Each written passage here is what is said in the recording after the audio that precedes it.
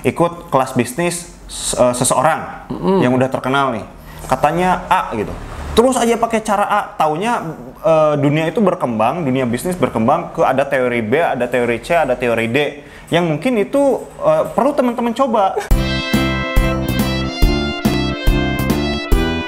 Mari nge-vlog di Kebun Desain. Assalamualaikum warahmatullahi wabarakatuh. Selamat datang di vlognya Kebun Desain.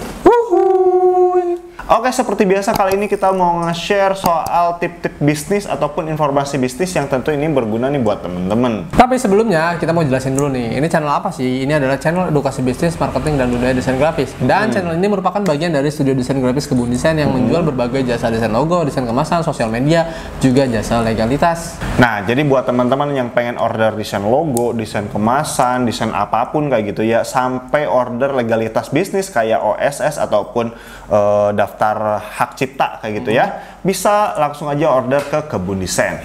Nomor kontak ada di deskripsi kayak gitu ya. Siap. Oke nih Dek, ada informasi menarik apa ataupun tips apa nih yang bisa kita share ke teman-teman nih kali ini? Oke, kemarin kebetulan ada yang DM dan WhatsApp juga sih beberapa. Bang, bisnis saya udah mulai stuck nih, udah jalan setahun 2 tahunan lah. Kenapa ya bisa stuck? Nah, harusnya itu tanyakan kembali kepada diri kamu sendiri. Oke. Iya nggak sih? Kan biasanya, kamu yang menjalani. Gitu biasanya itu kan kadang ada banyak tuh yang kayak gitu ya. Iya. Aduh, harus gimana lagi nih, bisnis udah cuman jalan tuh udah di tempat gitu, jalan di tempat gitu ya. Nah, tapi tenang, kita bisa ngasih tahu nih beberapa tips untuk teman-teman yang memang bisnisnya stuck. Seperti itu. Yang pertama, kamu ini bisnis atau hanya mengikuti tren saja. Oke. Nah, jadi jangan sampai kamu kejebak di poin kamu mengikuti tren saja. Oke. Kalau kamu dirasa hanya mengikuti tren saja ketika berbisnis, otomatis bisnis kamu akan stuck ataupun bahkan mati. Kalau hanya mengikuti tren ya. Iya. Jadi bisnis itu sebenarnya adalah kamu menjual sebuah produk atau jasa yang memang dibutuhkan oleh customer atau pelanggan kamu. Iya. Iya nggak sih? Benar. Jadi yang memberikan solusi, bukan kamu jualan hanya ikut-ikutan saja. Nah, jangan sampai seperti itu. Gitu. Jadi ketika kita tahu bahwa produk ini tuh dibutuhkan oleh calon-calon konsumen atau masyarakat gitu ya. Ya itu benar berarti jualannya. Betul. Karena produknya dibutuhkan. Kalau jualan sesuatu yang nggak dibutuhkan sama orang gitu ya, ya siapa yang mau beli gitu kan? Iya, betul. Simpelnya seperti itu. Kayak gitu. Yang berikutnya, mau belajar dan open minded. Nah, sebagai pebisnis, tidak menutupi kemungkinan bahwa kita sebagai pebisnis harus terus belajar dan open minded terhadap hal yang baru. Karena kalau misalnya kita tidak mau belajar, kita bakal ketinggalan nih informasi-informasi terbaru. Apalagi kalau misalnya kita tidak mau open minded gitu. Iya, ini kesalahan fatal sih ya teman-teman. Jadi misalkan teman-teman itu ikut kelas bisnis seseorang yang udah terkenal nih, katanya A gitu. Terus aja pakai cara A, taunya dunia itu berkembang, dunia bisnis berkembang ke ada teori B, ada teori C, ada teori D, yang mungkin itu perlu teman-teman coba. Harus open minded gitu ya. Kalau teman-teman nggak open minded, wah ngikutin aja cara A terus ke pebisnis yang itu kayak gitu.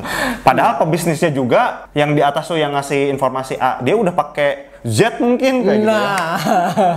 Biar dia nggak ketinggalan sama orang-orang ini gitu ya. Kayak gitu. Jadi jangan kaku lah jadi pebisnis. Kamu harus mau belajar dan mau open minded dalam artian mau mendengarkan masukan dari orang lain juga. Iya, betul. Yang berikutnya adalah cari alat bantu untuk mendeteksi kesehatan dari bisnis kamu. Mungkin saja laporan keuangan kamu yang kacau, atau mungkin saja tim kamu yang nggak bisa diatur. Nah, cara mengatasinya bisa dengan menggunakan alat audit kalau untuk laporan keuangan. Bisa diaudit, ya nggak?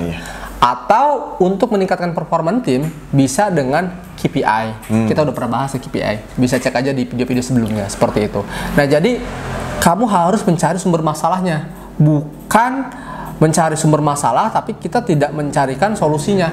Jadi harus mencari sumber masalah dan harus carikan solusinya juga. Iya betul. Ketika bisnis kamu stuck kayak gitu ya, ini masalahnya ada di apa sih gitu lah. Iya. Ketika kamu tahu masalahnya dengan alat-alat yang tadi, ya cari solusinya. Kayak Betul gitu. sekali. Biasanya kalau kamu tahu alat buat mendeteksi masalah-masalah tersebut, tahu juga tuh cara menyelesaikannya kayak gitu. Sekali. Oke, jika cara pertama, kedua, dan ketiga sudah dilakukan dan tidak ampuh katakanlah gitu, kamu bisa lakukan pivot.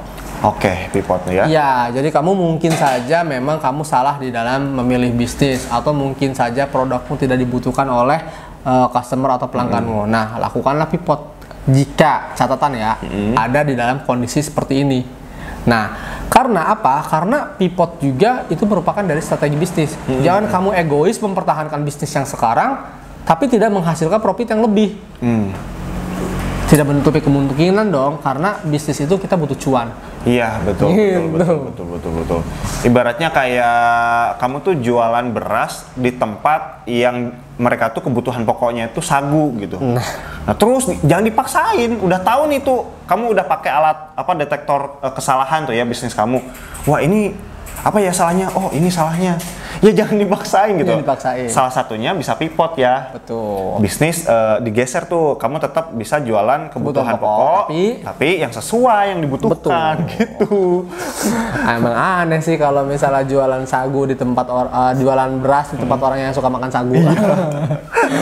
Oke ya, mudah-mudahan bermanfaat ya buat teman-teman. Jika memang dirasa suka, jangan lupa di like, di komen, di subscribe dan jangan lupa juga di share ke teman-teman kamu supaya tahu tuh informasi-informasi tadi. Kalau bisnisnya agak stuck gitu ya, bisa pakai cara yang tadi kayak gitu ya. Oke, thank you, sampai jumpa di vlog kita selanjutnya.